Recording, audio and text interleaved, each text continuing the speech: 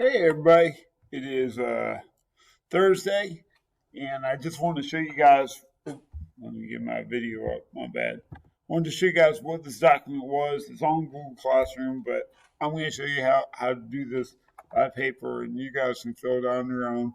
Really, what this is a brainstorm for our next essay. And if you listen to my videos about our identity essay, the brainstorm is the hardest part of doing an essay because that's where you're trying to figure out pretty much what you're going to focus your essay on. And that's always the most difficult part is trying to figure out what you're going to focus your essay on. So this essay is called the Person of Significance essay.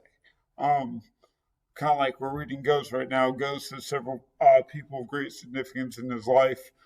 His coach, Coach Brody for being one. And we're going to kind of take that idea and focus on a little bit more. So you see this document on Google Classroom, and it says, what is a person of significance? Now, we're going to actually talk about this together. I say we're going to talk about this, but I'm going to just kind of show you what my other classes came up with. They did a brainstorm, and I wrote the answers on the board of what they thought a person of significance was. We spent 30 seconds. I told everybody, you can't have a wrong answer. Just tell me what you're thinking.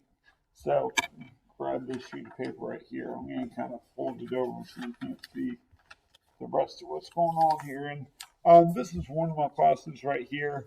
I typed this up, and they kind of came up with several definitions.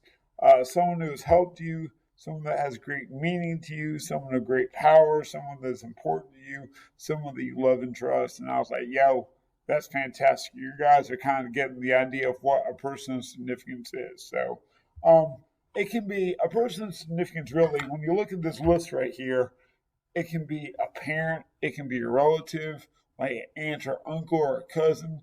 It could be a brother or a sister. It can be a neighbor. It can be somebody from church. It could be a preacher.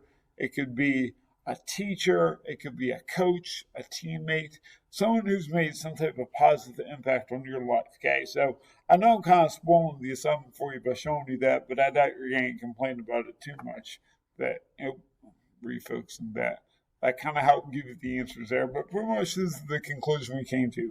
A person of significance is someone that's helped you, or is important to you, or someone that you love and trust, okay? So what we did from there, and the rest of this document was we kind of brainstorm again about people that were significant to our lives. And like I said, every single person's going to have a different answer because it literally could be anybody. So the kids in class, they came up with different answers of who they thought was a significant person in their life. And that kind of did mine so the kids could see it. And pretty much what I did was I wrote in my first person, my second person, my third person, my fourth person. They don't have to be ranked or anything. And where it says A, B, C, D, A, B, C, D, it's asking for 3 to 4 reasons why that person is significant to you. So let me see what's kind of going on here. This is one of my classes, what I did. And if you know any of these people, awesome. And if not, that's okay too. I wrote down my wife, Ashley, like she was my number one. I put down a teacher that I had in high school, put down a teacher I had in middle school, and then I also listed my best friend that has been my best friend since middle school. But then I came up with reasons why they're significant to me. So like with my wife, she's an amazing cook. Oh my gosh, guys, she cooks so much amazing food that if I didn't work out, homeboy would be huge. I don't think I'd fit in this chair right now if I didn't work out because she comes up with some amazing stuff.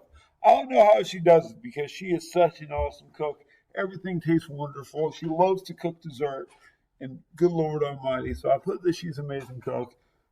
She knows them, and if you notice, I didn't write complete sentences here. I just came up with bullet points. I put knows how weird I am, but embraces it because I am such a weird person, and that's okay because she kind of accepts me for who I am.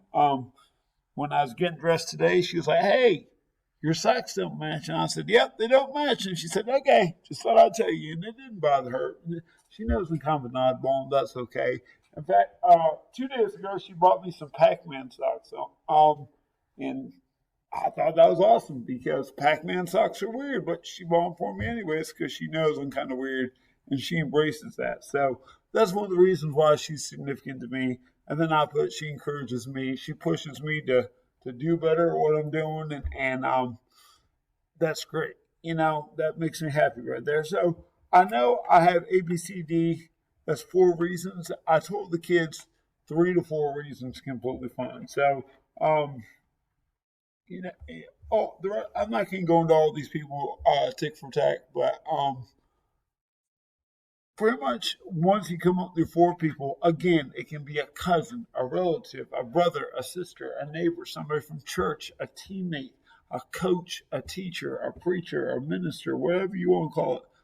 4 people that have had a positive impact on you as a person, somebody that's significant in your life, okay? So that's all that is to that brainstorm right there, is listing 4 people and just very quickly coming up with 3 to 4 reasons why. If you notice, I didn't put like, she's amazing, she's awesome, she's fun, because that doesn't tell me anything. Saying she's fun, amazing, and cool tells me nothing except the fact that she's fun, amazing, cool. But I want to know why she's fun, amazing, and cool. Okay, so make sure that you give more specific stuff than just vague details, because the vagueness won't tell anyone anything. Okay, because if you want to go to a movie with it, well, you can't go to a movie right now with your friend. Can't you, stupid coronavirus? How about this? If you want to rent a movie or you want to stream a movie off Netflix, and you're like, yo, best friend, let's watch on Disney Plus, let's watch Avengers Endgame. And they say, why? And you say, because it's cool and awesome and neat. That tells us nothing. So make sure you get a little bit specific. You don't need to write complete sentences. Just kind of come up with bullet points, just like that. Okay. Hopefully that makes sense. Like I said before, this is posted in Google Classroom. I just showed you the hand version because the kids in class got the hand version of it, and you can look at it online and fill it out online.